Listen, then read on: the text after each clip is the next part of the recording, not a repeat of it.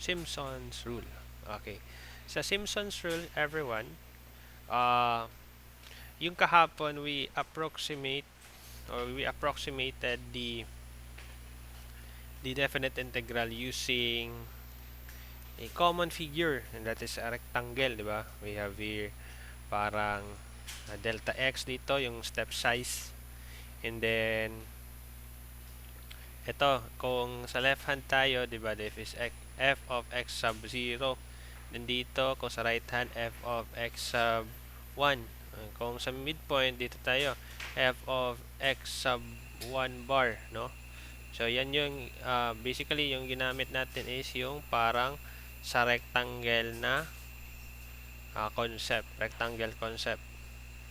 Now, dito sa Simpson's rule, we approximate the area under this curve using a parabolic na or parabola or parabolic na segment, kumbaga.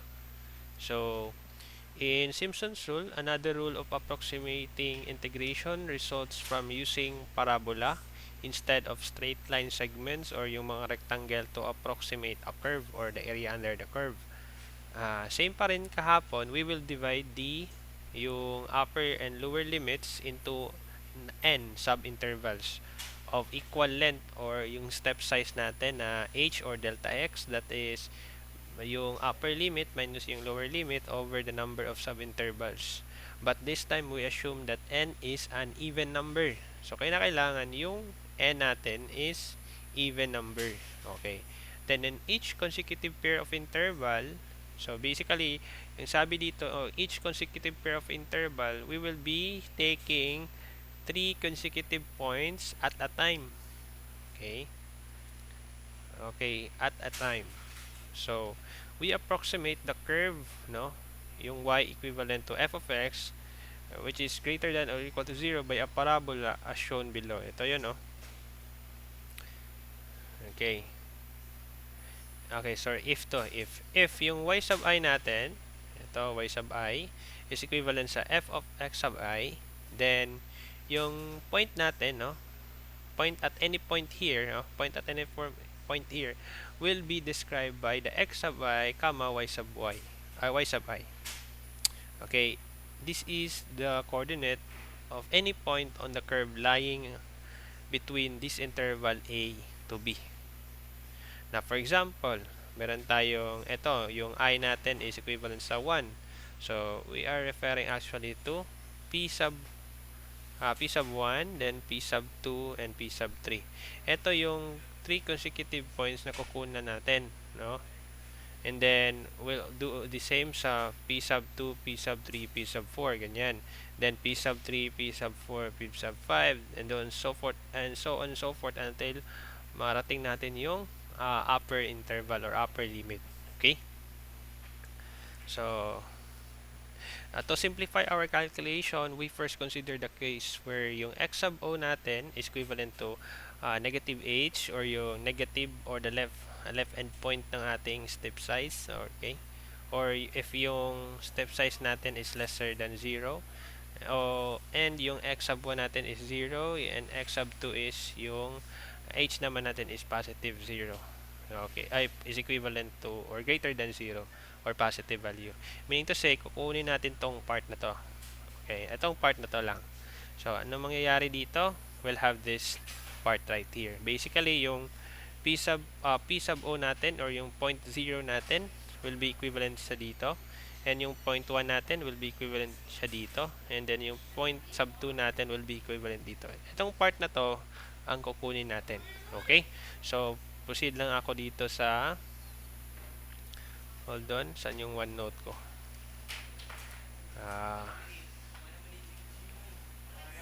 OneNote.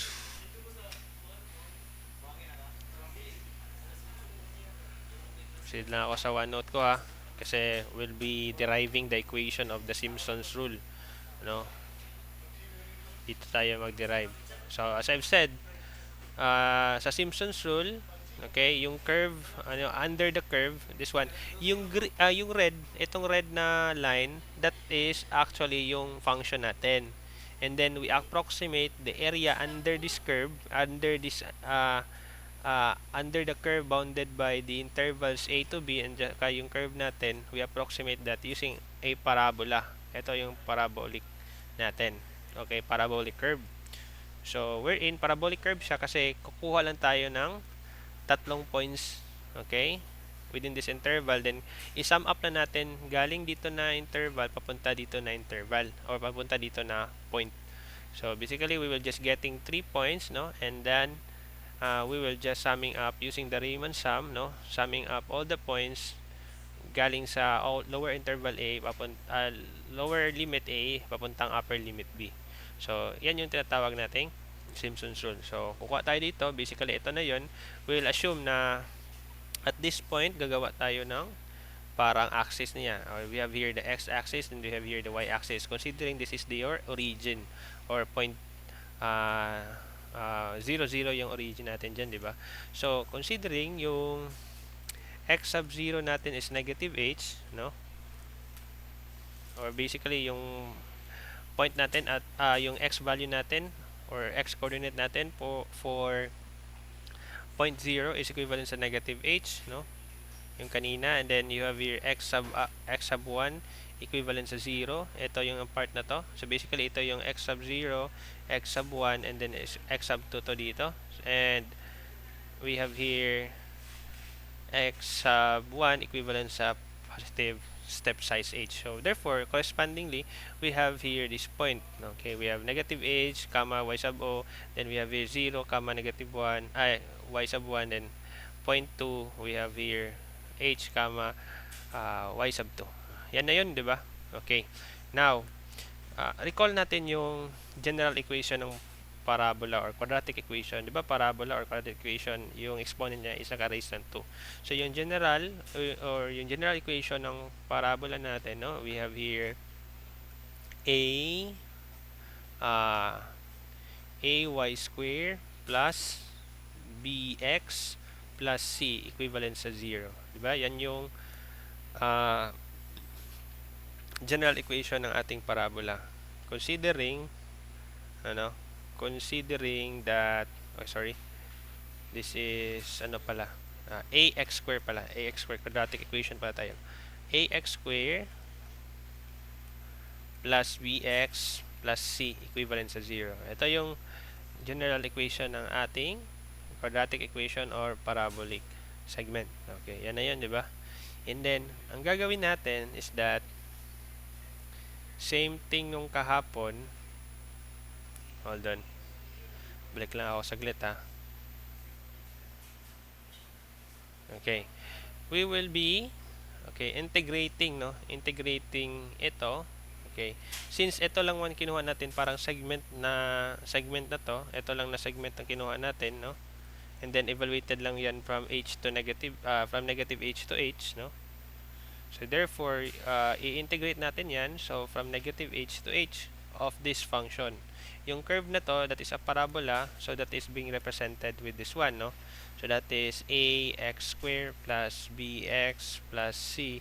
Okay, and that is with respect to x, no? Okay. So eto, kung i-integrate natin to, 'di ba? What is the integral of ax square? 'Di ba? That is ax cube over 3, no, 'di ba? Plus, how about yung integral ng bx, 'di ba? That is bx squared over 2. How about the integral ng c or constant, that is cx, 'di ba? Evaluated from negative h to h. So ang mangyari dito, we have here a, okay, gawin natin, i-evaluate natin when x is equivalent to h. So magiging h cubed to, 'di ba? Over 3. Okay. And then we have here plus b, then ito h din yan, squared over 2 plus ch. Tama ba? So yan yung upper limit natin, 'di ba? Then let's subtract, no? So yung sa lower limit, then we have here a over 3. Now, if yung negative h i-cube natin, 'di ba? That is equivalent sa negative rin, negative h cube. Kasi naka-cube, add 'yan, no, 'di ba? Okay, gawin ko lang tong i-move ko lang to. Okay, that's it, di ba? So, and then, if we will square the negative, so magiging positive din yan, di ba? So, magiging BH squared lang din yan, over 2.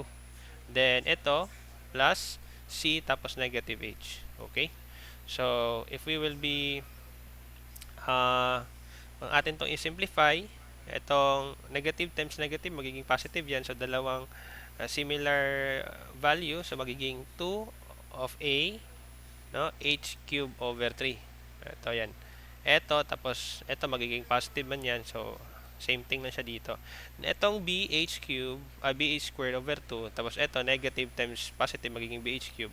So, basically, ito, makancel yan. Nakuha. Then, itong CH, tapos ito, magiging negative man ito, no, di ba?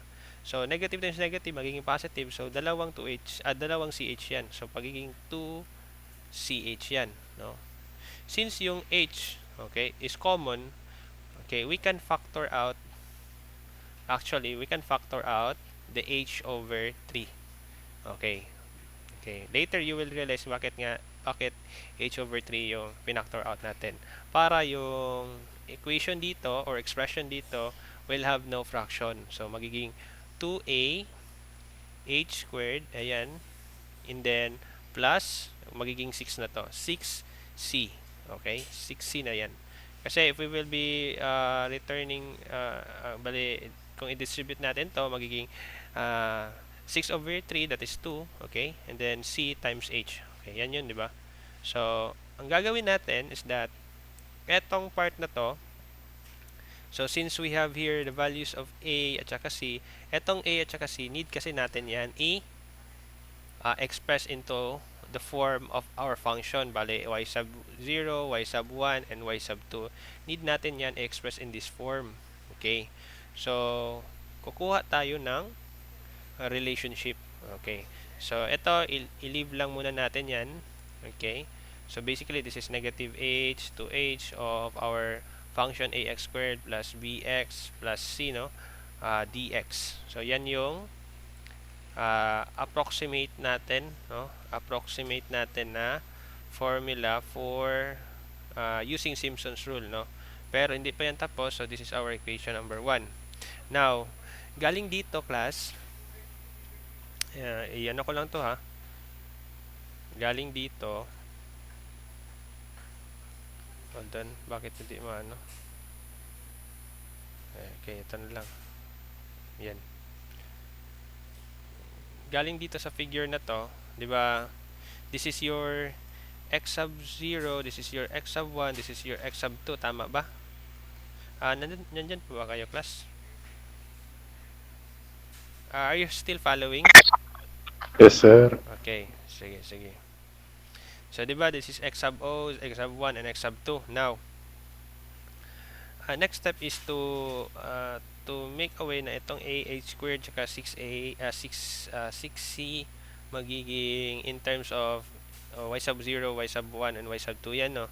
So, galing dito, if we will evaluate, no, since this curve is represented by ax squared plus bx plus c, diba? That is yung parabolic natin na general equation. Now, since that is represented by this one, so ipagpalagay natin that is equivalent sa y. Etong curve na to is equivalent sa y, equivalent sa ax squared plus bx plus c. Then, if we will evaluate yung y, o yung value ng y at x sub 0 equivalent sa h or negative h, yan, no? So, ano mangyari dito sa y? Diba, that will become y sub 0. That will represent this one, no?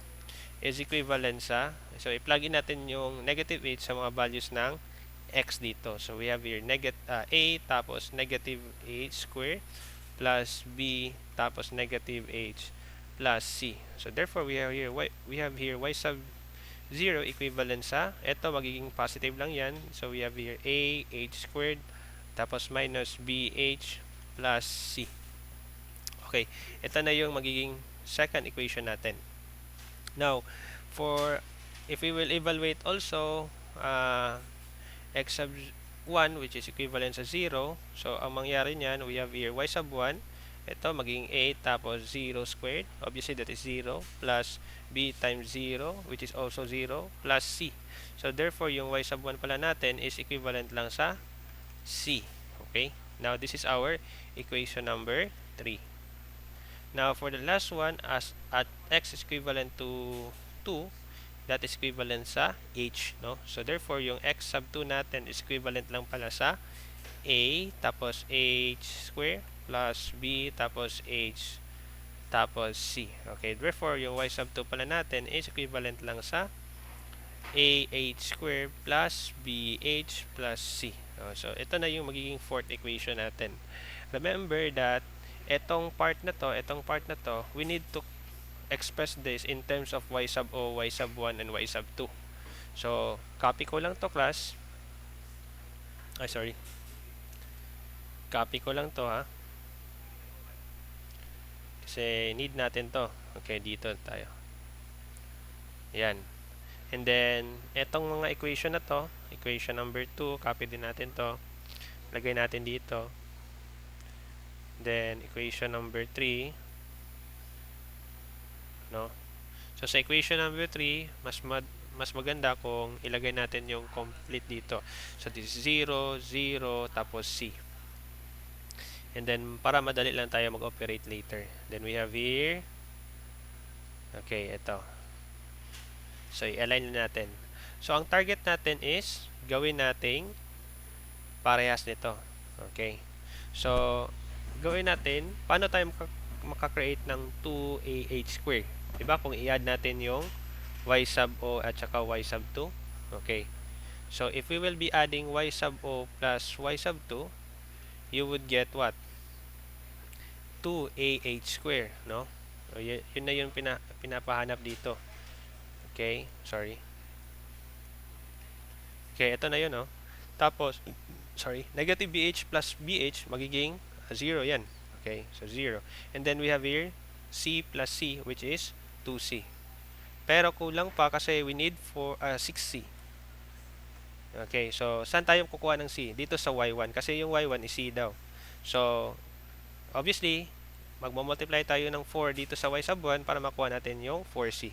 So, ang mangyari nito, we have here y sub 0 plus, unahin natin yung y sub 1 para chronological order yung, yung 0, 1, 2. So, that is 4 tapos y sub 1 plus y sub 2. That is equivalent now sa 2ah square plus 2c plus 4c. Okay? 2c plus 4c. Itong 2c plus 4c, that is obviously equivalent sa 6c. So, etong 2ah square plus 6c is actually expressed or can be expressed in terms of y sub 0, y sub 1, and y sub 2. Ito na yung magiging equivalent value niya. So, galing dito,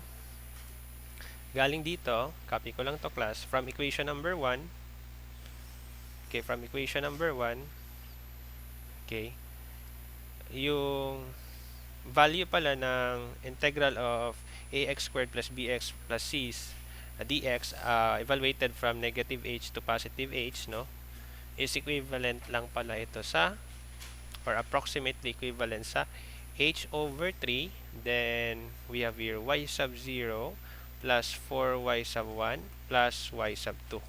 Now, that is the only part na ito, no? Ito lang yung part na yan, no? Ito. Pero yung gusto natin is the totality. Ito yung part na to.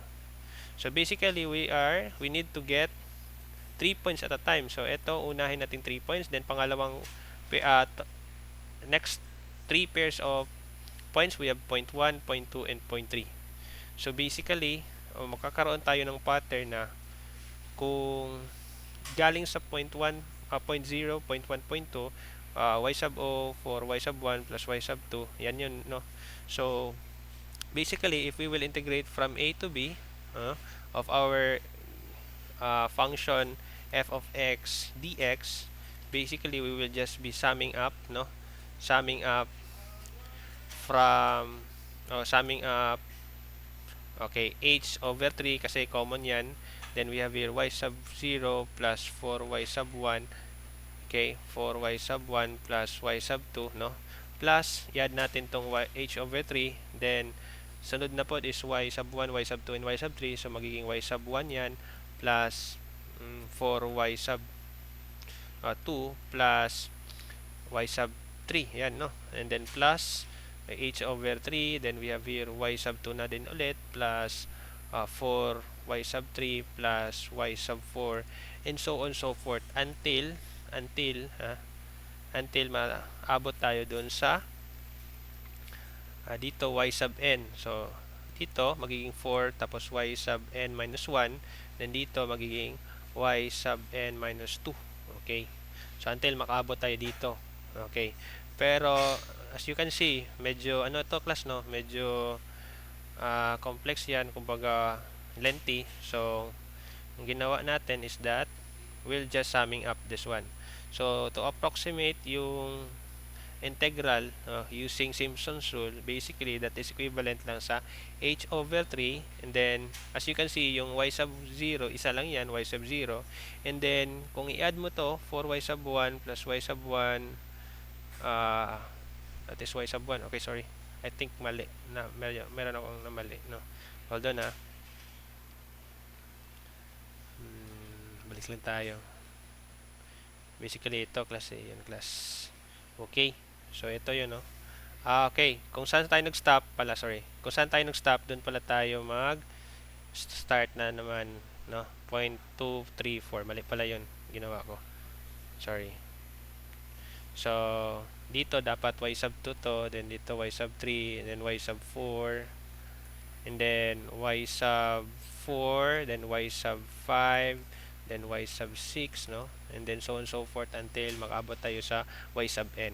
Okay, so pag ganyan, di ba, yung y sub 1 isa lang yan, as you can see, no, plus yung 4y sub 1 isa lang din yan, 4y sub 1, and then yung y sub 2 dalawang beses yan mag-appear, so ito magiging y sub 2, dalawang y sub 2 yan, no, plus 2y sub 2.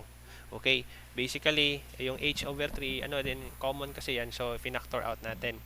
And then yung y sub 3 isa lang din yan, which is 4y sub 3. Dito y sub 4 naman, ito plus dalawang y sub 4, and so on so forth. Makikita nyo yung pattern nyo. So y sub 1, y sub 0, then 4, basically 1 4 2, then 4 2 1, 4 2 4 2 na yan ulit. So ito 1 lang yan, magsa-start ng 1, then 4 2 4 2 until aabot kayo sa y sub n. Babalik kayo sa y sub n.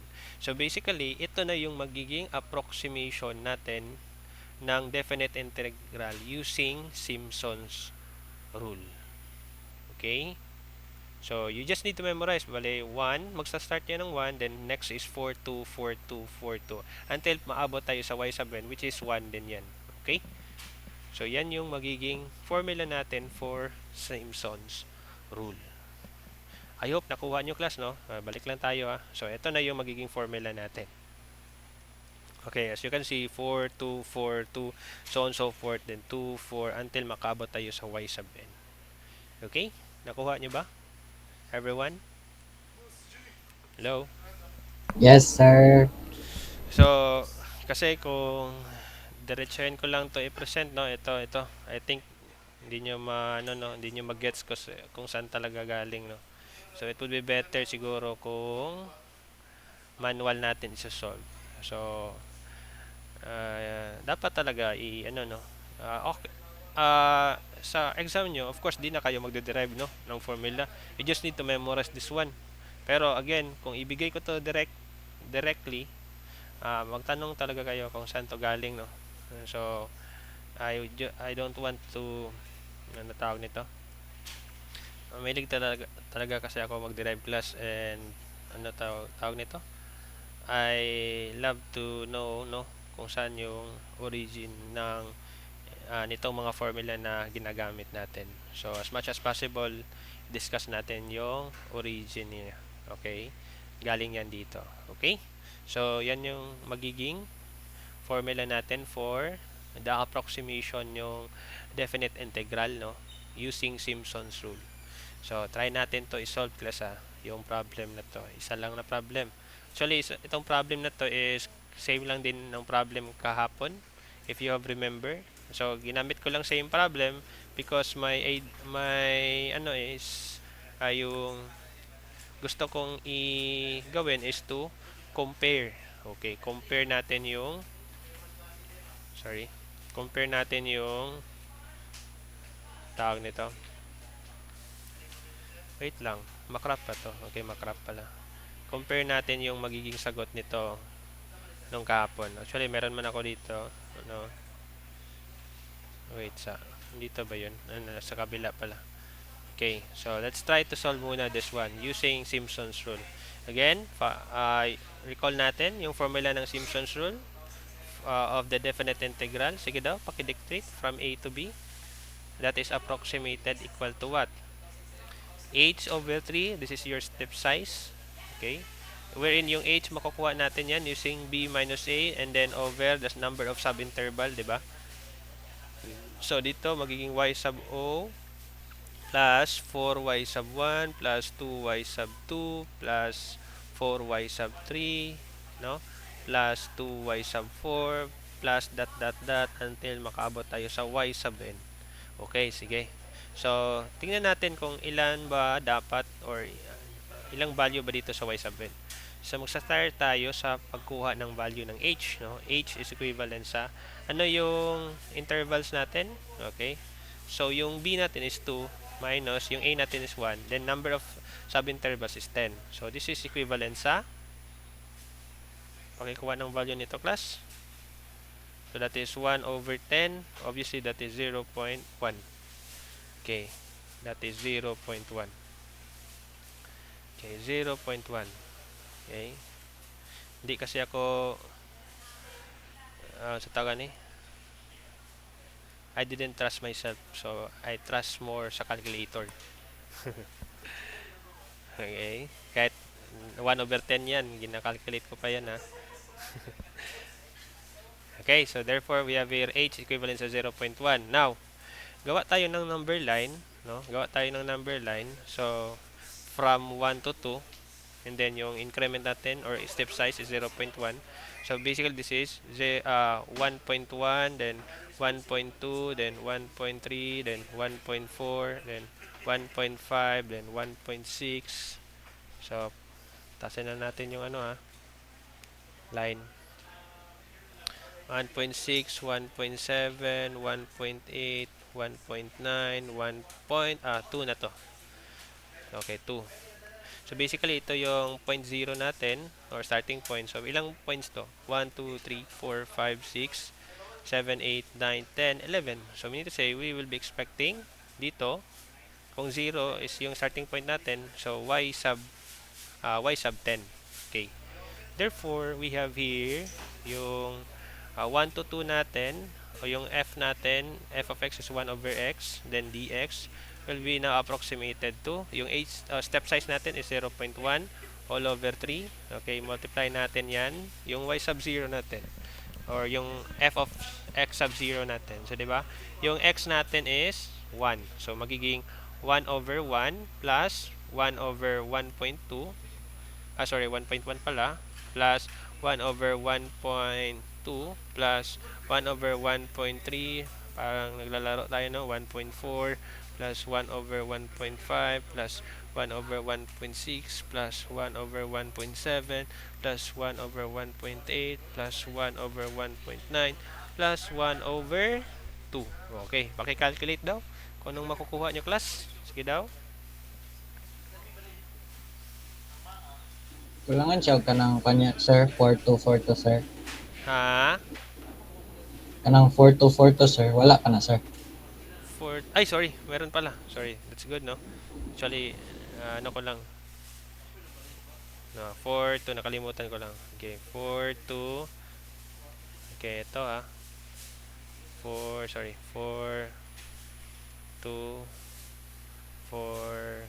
4, 2, 4. Yes, last yung 4, then 1. Okay, sige daw. Ano yung magiging value nito? Sige. Sabay-sabay tayo, no? So, I think, di yan makasya, no? So, 9 natin yung nasa parentheses. So 1, 1 over 1, 1 yan. Then 4 over 1.1.